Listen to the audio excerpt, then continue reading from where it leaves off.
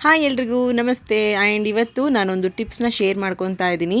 New moms ಅಂದಿದ ತಕ್ಷಣ ಒಂದು ರೀತಿಯಾಗಿ ಫಸ್ಟ್ ಡ್ಯೂಟಿ, ಸೆಕೆಂಡ್ ಡ್ಯೂಟಿ ಹೀಗೆಲ್ಲ ಸ್ಟಾರ್ಟ್ ಆಗಿರುತ್ತೆ. ಡೇ ಡ್ಯೂಟಿ ಮತ್ತು ನೈಟ್ ಡ್ಯೂಟಿ ಅಂತೇಳಿ. ಸೊ ನೈಟ್ ಡ್ಯೂಟಿ ಯಾಕಪ್ಪ ಅಂತಂದರೆ ಕೆಲವೊಬ್ಬರು ಮಕ್ಕಳು ರಾತ್ರಿ ಎದ್ದು ಬಿಡ್ತಾರೆ. ಹಾಗೆ ನನ್ನ ಮಗಳು ಕೂಡ ಡೈಲಿ ರಾತ್ರಿ ಒಂದು 2 ಅವರ್ಸ್ ಆದರೂ ನನ್ನ ಕೂರಿಸ್ತಾಳೆ ಪಕ್ಕ.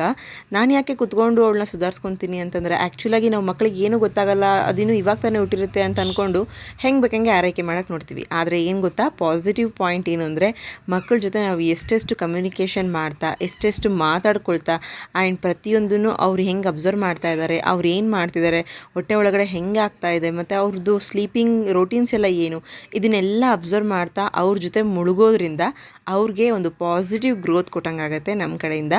ಇದು ನಾನು ಈ ಮಗುಗಷ್ಟೇ ಅಲ್ಲ, ಮೊದಲನೇ ಮಗುವಿಂದ ಹಿಡಿದು 3ನೇ ಮಗುವರೆಗೂ ಫಾಲೋ ಮಾಡಿರೋವಂಥ ಟಿಪ್ಸ್. ಮೇ ಬಿ ನಿಮಗೆಲ್ಲ ಯೂಸ್ ಆಗ್ಬೋದು. Thank you. ನೆಕ್ಸ್ಟ್ ಒಂದು ವಿಡಿಯೋದಲ್ಲಿ ಸಿಗ್ತೀನಿ.